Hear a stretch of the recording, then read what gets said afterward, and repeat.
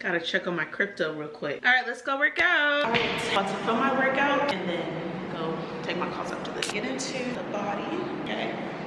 If you have a mom belly that you are still trying to get rid of and it's 2025, you need to talk to me and I'm gonna get you right, okay? So, book a consult if you want a flat stomach this year. All right, so I finished my workout.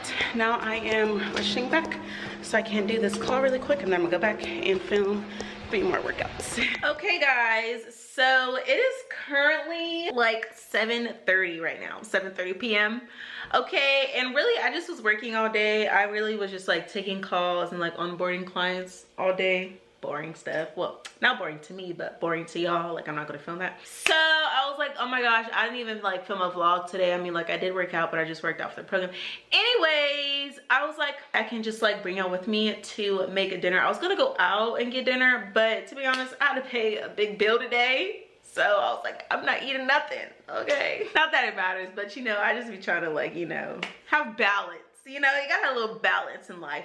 So we are cooking at home today, okay? We got some food from our grocery trip the other day. If you watched my vlog from the grocery trip, this is the stuff that I got there. We got some shrimp, okay?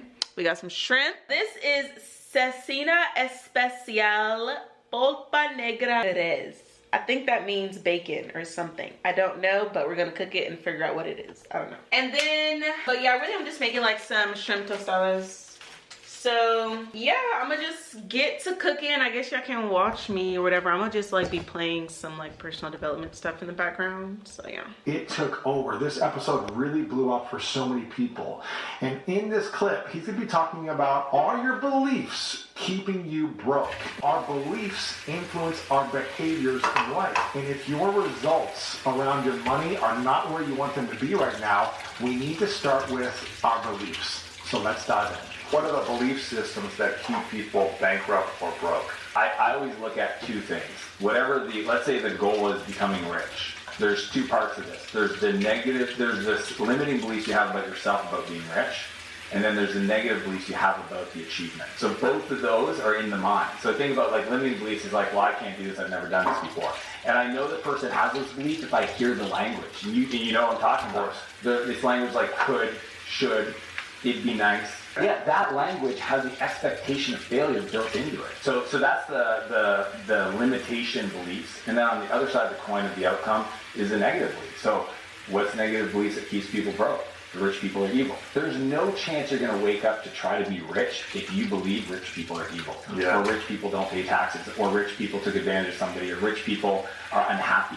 Because if you believe rich people are evil, you don't want to become that belief of evil. If I held a knife to your throat and said, step forward, you'd be like, well, I don't want to step forward because I'll hurt myself. It's like, yeah, so you'll never push for the goal if you think the outcome is negative. So until we work through those beliefs, that's what I call self-sabotage. The biggest work I do with entrepreneurs is understanding. What are the beliefs that most people have around money that are holding them back? Is it that money's bad, or people with money are takers, or what is it? Yeah, I think it's anything negative. So I mean, I know I had money beliefs around. I had this crazy belief that it was this weird belief that I read Donald Trump's book and I read a bunch of other people's books, and when you look at the history, they all talk about like, you know, if you're really trying, you're taking risks, and at some point you'll probably go bankrupt, so get used to it. So like, well, if I have that belief, how hard am I going to push to try to be successful if I've got a young family and I'm trying not to create pain in their life? Yes. So that one kept me playing small for a long time. Wow. Yeah, the other belief is, you know, what will other people in my family say? Have money? Oh my gosh. Do you ever feel guilty about the money you have? I felt so guilty, Lewis. You know me for a long time. I didn't tell anybody I had money. I was quiet about it. I didn't allow myself to buy anything nice until I was 30. I made my first million at 27, multi-millionaire at 28, and it wasn't until I was 36 that I allowed myself to buy it. It's so funny. Isn't that crazy? What's so funny is because I still don't really buy myself anything. I mean, I bought a nice home. You bought a beautiful home. I'm buying like, you know, I'm not buying things to like show off that I have money though. Yeah. Like, I don't showcase my home. I'm not like taking photos of it and posting it online, like, look at me. My friend got me a Rolex for my 40th birthday last year. I think I've worn it like 7 times. Because part of me is still kind of like, should I be wearing this? Talk to me about that. You know, part of it is not my style. Yeah. You know, I don't. That's fair. You know, part of it's like I just wear the same black thing, just like this t-shirt. Yeah. Exactly. So that's part of it. The other part of it is a lot of people back. I'm not afraid of the rise and fall because I'm in the bottom. But it's I believe an empire is a life of unlimited creation you never have to retire from. And I think everybody should want to aspire to do that. Right? Just be a creator. That's why I talk a lot about artists and creators in the book. The book's really meant for people that are starting off because I don't want them to get the wrong headspace for what it means to be successful, and I try to teach them how to value their time, the math behind it, the value of it, the worthiness. The number one thing you could ever do for somebody else is inspire them to live a bigger life, and you don't inspire people by playing small. Again, such a powerful moment with Dan Martell, and our beliefs shape our reality. Again, you hear Joe Dispenza say, our personality is our personal reality. And again, our beliefs shape our behaviors, which create our environment and our reality. And so many of us have negative money beliefs without even realizing it because we haven't really been aware of it and reflected on these beliefs in the past. For example, if you think rich people are evil, you're already setting yourself up to reject wealth subconsciously. Feeling guilty about money or success in your life, that guilt holds you back from achieving more, and also feeling good about what you created, what you worked so hard for. So that's something you need to be mindful of and reflecting on. Are your beliefs blocking you from your abundance? In this next moment, we have the inspiring Jaspreet Singh, who is a wealth teacher and educator who's going to be sharing about the number one shift you can make to build wealth. I think you got to start with this, understanding if somebody doesn't have what it is that you want, you probably shouldn't listen to them on how to get where you want to go. And your parents might have the best intentions, your family might have the best intentions, but they might not know how to get to where you want to go, right? The common saying is don't listen to a fat person on how to lose weight. Take that for whatever it's worth. Or a broke person on how to make money. Building wealth is really a matter of time and freedom. And what I mean by that is I can make $1 million a year and be broke. And a lot of people are making a lot of money but are broke. And I see this all the time because I work in this financial education space where I have met countless doctors, because I talk about this a lot. People who are making $300,000, $400,000, $500,000, $600,000 a year that have no savings, no investments, and no idea where to start. And that's how we consume. That's how we think. We're conditioned to think that way. That America is a consumer nation. Understand the power of a daily affirmation or a daily entry.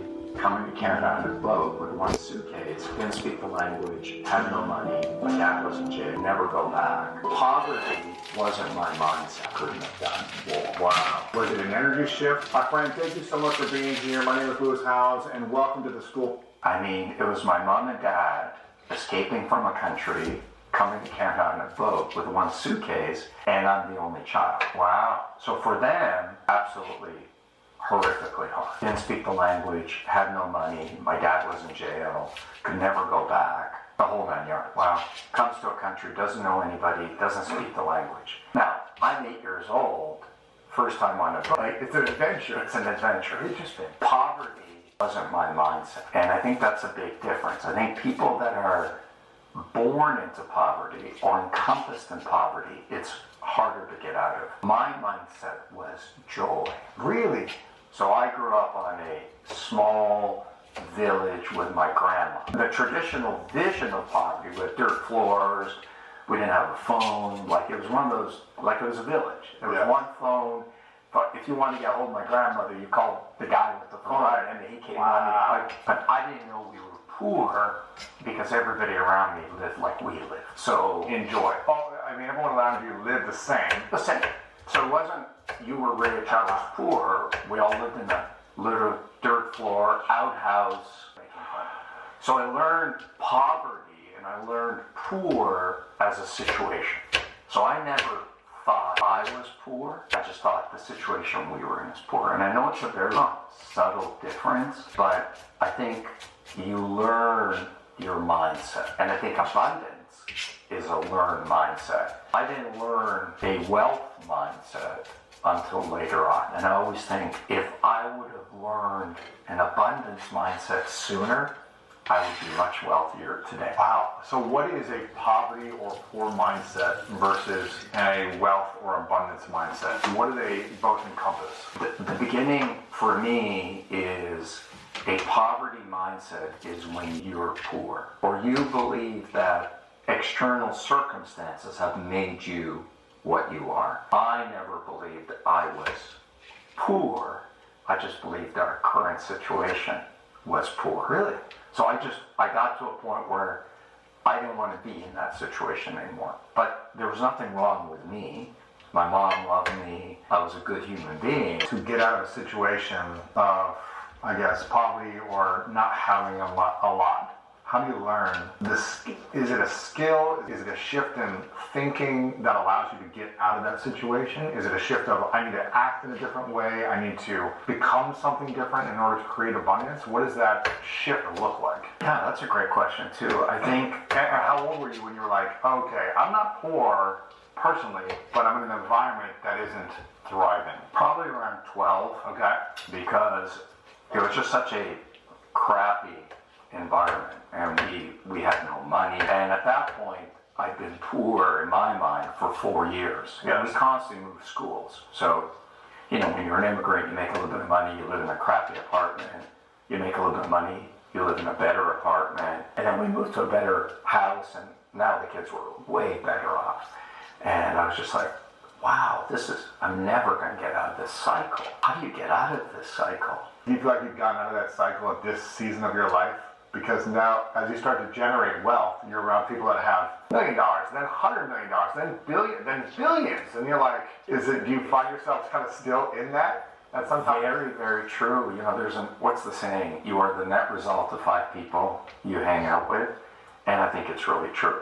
I think that it's very, very, very rare and hard to raise yourself up on your own. I think if your environment, your parents, your friends are constantly pulling you back, it's hard to keep going. Like I think back and I think none of my friends I grew up with ever made it. And it would have been so easy to stay there.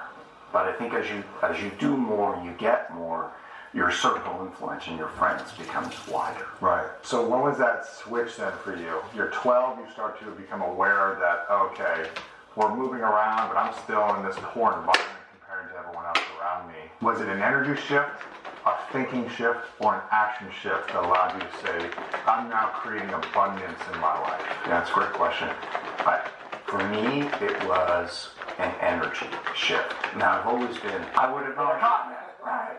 I was just very lucky, like you and I talked about it. I got to learn from a guy named Harry Rosen, who's a legend in Canada, owned the biggest men's, and he was just a nice human being. All right, guys, so this is what we are working with today. Okay, get into it. We got the tostadas de camarón con tomatos y cebollas, okay, y jugo de limón. Okay, so I'm not gonna lie, I did try the shrimp and it was a little salty. Okay, probably a little too much there, but let's see how we did.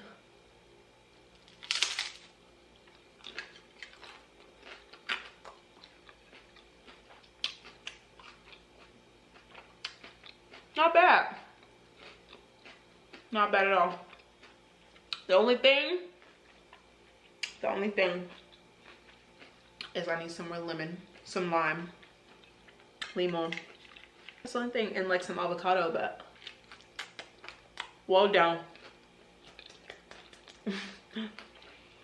So that's my dinner. That's my vlog for today. Okay, I'm about to go to bed. I'll see you tomorrow.